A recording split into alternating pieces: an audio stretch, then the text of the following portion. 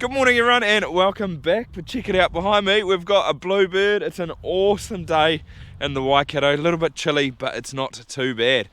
But guess what has turned up?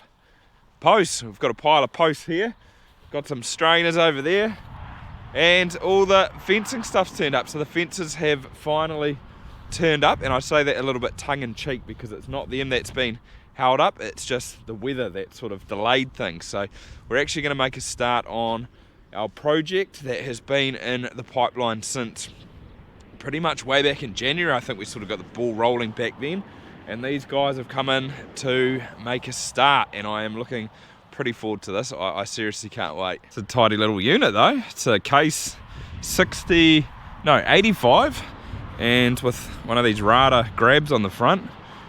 We've got RD stuff, but that looks pretty choice. It's got a big grab on it for carrying around posts, and a Revolution post driver, a 180, which means it can slide all the way around. These things are flippin' fancy.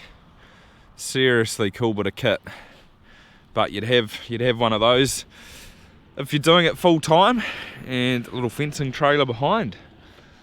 Far out, that is a look at all the hydraulic levers. Jeebus, there's 6 of them. Looks like there's sort of all sorts in this bundle here.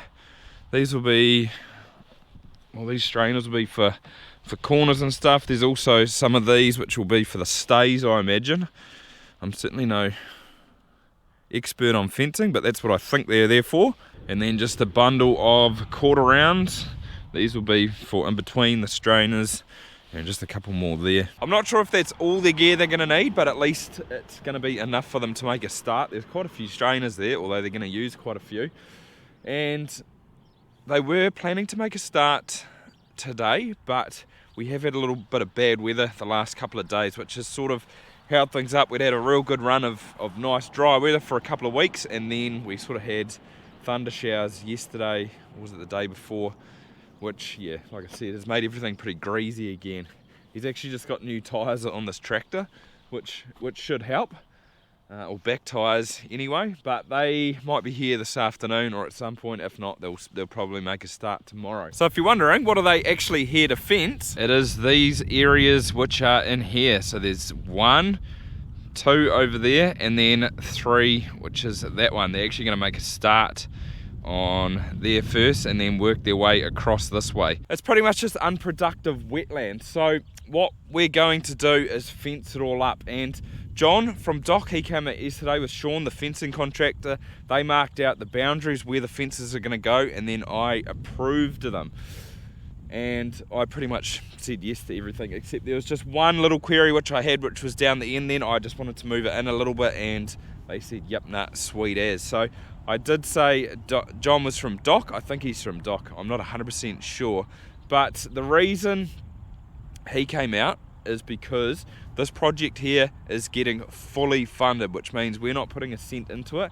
We're only really supplying the land, and it's all getting paid for through a couple of grants, and Dock or Living Water is one of them. I'll give you a bit of a backstory so it all makes sort of sense and you can see how I've sort of gone about it. But over in countries such as the UK, Ireland and Europe, and other countries around the world possibly, there are subsidies for farming. Well, down here in New Zealand we don't get subsidies for farming whatsoever, except there is one exception for environmental work. So back last year, I think it was, it might have been October, November, Rachel from Fonterra, she sent out an email to all the farmers in this catchment group, which I am currently sitting in. I think it's called the Mangatama catchment group. I actually didn't know I was in it until I got the email. And in the catchment group, there are 43 Fonterra farmers. And the reason I say Fonterra is because Fonterra was actually putting some money into this group, so they're not going to do other suppliers. There were 43 farmers and 13 people sent back saying that they were willing to or wanted to do projects on their farm. So that's where it started. Once Rachel sort of got that ball rolling, they came and had a look at the areas that I sort of had planned to do something in, that I wanted to do. And they sort of had a look at those 13 farms and prioritised the work and seen, well, I guess they would have seen if there was enough money to do the projects that the people wanted to do. And because we're actually around Lake Narodo, we applied to get funding through the Lakes project, which John from Doc was from. I'm pretty sure it's called the Lakes, or something along those lines. Sorry, I'm not 100% sure. I will double check that. And they were willing to put money into this project as well. So it was sort of a team effort there. So that whole project is getting funded through this. And to go and do something of this scale, we just can't afford it at the moment. So it's certainly a massive undertaking, and it is cool that we can actually do. I've wanted to do this for a long time. But because it is getting funded, they have their rules, and there are a couple of rules that you have to abide by, otherwise just the funding isn't there. The main one is that the new fence has to be 5 meters back from the waterway. So that is a bit of a sediment trap there, like a natural sediment trap, and this standard, put it in the paddock just there, that is where one of the strainers is going to go. So the new fence is going to cut through the bottom, straight through there like that. So you can see we are going to lose a bit of this paddock. So you can see we are going to lose quite a bit of this paddock, and you can see it grows nice grass back to the waterway. But it is the price we are paying, I guess.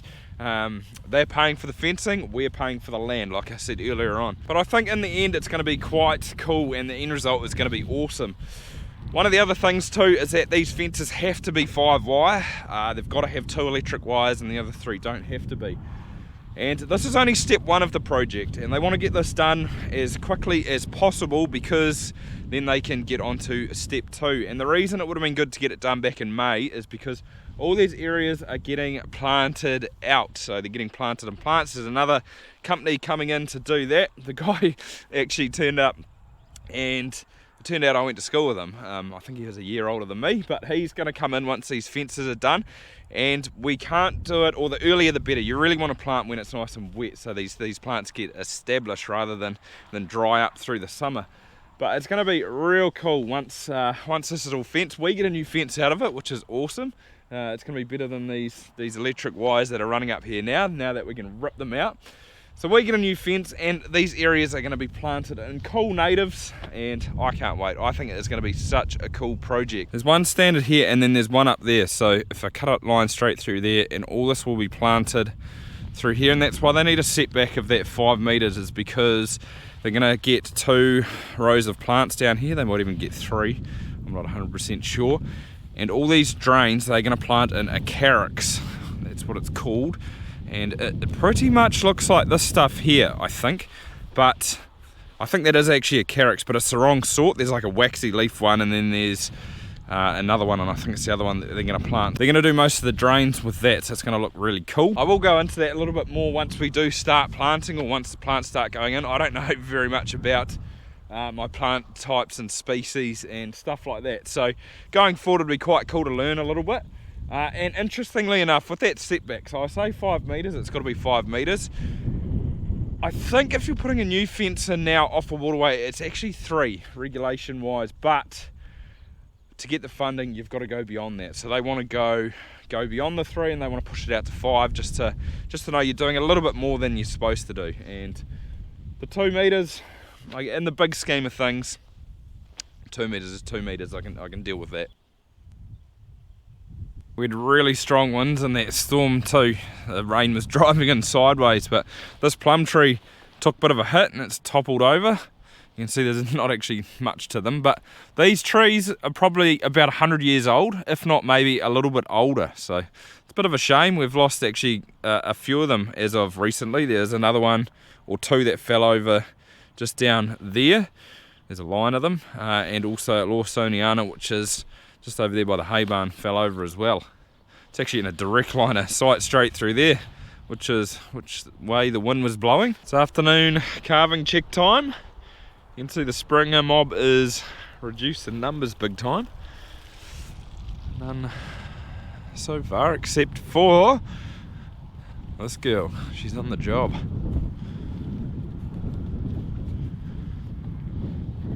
Number 74. I could see back feet before, so she won't be too far away. I'll leave her to it though. I don't know if I'll milk her this afternoon. I might just leave her till tomorrow. But I can hear some banging. It's pretty windy, so I'm not sure if you guys can hear it. So the fences are here, and they have started.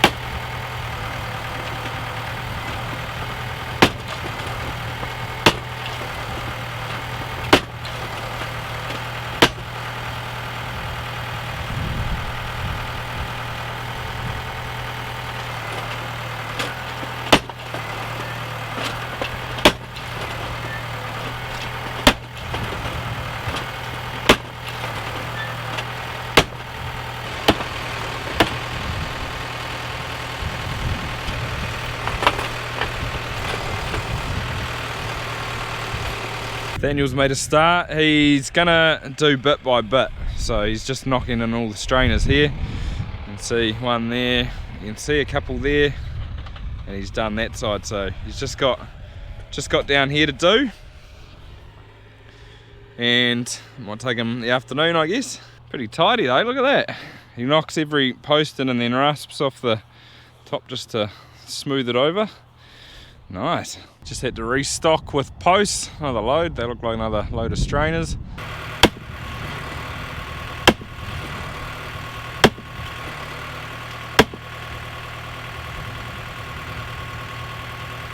He's actually just started running a guide wire out over there, and it's actually just him by himself. So I thought there'd be two of them, but no, he said he does most of the work with just him.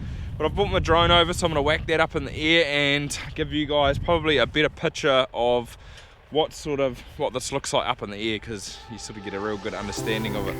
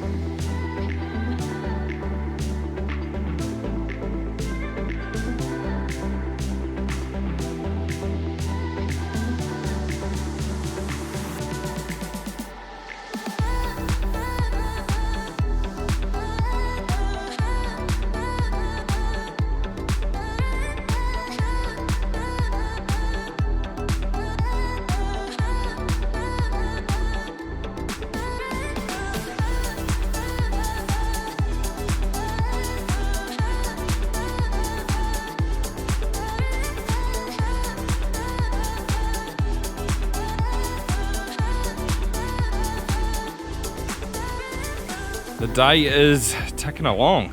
I've just started feeding calves, but I thought I'd show you this because this is pretty cool. Nate's he's probably actually just finishing up down there. You can't quite see him, the tractor's behind the tree, but I can see all those strainers along the top side of that first gut he's working in. I can't see the other two from the cow shed. I come to work here 10.5 months out of the year, and it's just gonna be so nice knowing that I can look out here every day and see some of the improvements that we've made on the environment. And every time we drive past, it's going to be nice to just see it and say how good does that look. Like, it's just going to be such a benefit, not just for the environment but for ourselves too. I think I do have a bit of a goal regarding the areas like this, and I would love to be able to complete them like what we're doing here. So if one day one of the kids wanted to come back and farm here, all of these areas would be completed, fenced and planted, and they wouldn't have to do any, they wouldn't have to worry about them. It would all be done, and I think it's definitely achievable. It's just whether the money is there to be able to do it, or whether we can get grants going forward. So we've pretty much done the big areas over this side, like those are the main ones. There's really not a lot over here, and there's just some smaller ones over in the deer block over there. They're not as big, but it would be cool to sort of sort them out in the next 10 or 15 years. I know it's a long way off, but it would be cool to do them one day.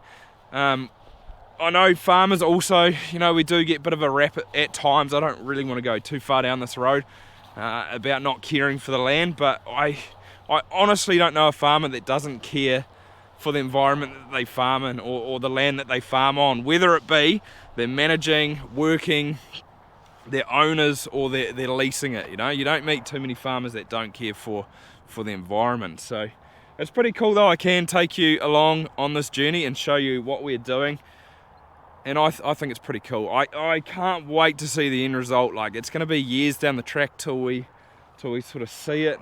Well, once everything's growing up and matured, and it's going to be a long time off till everything's fully matured, but it's just cool to be able to show you guys and take you along for the ride. So hopefully you enjoyed this video. Give it a thumbs up, that would be awesome. I'm not sure when we're going to start planting, but I can't imagine it'll be too far away. I'm not actually planting myself because we're pretty busy with calving at the moment. Like I said, there's guys coming in, they're going to sort all that out. But hope you enjoyed this video. Give it a thumbs up, that'd be awesome. And apart from that, see you next time.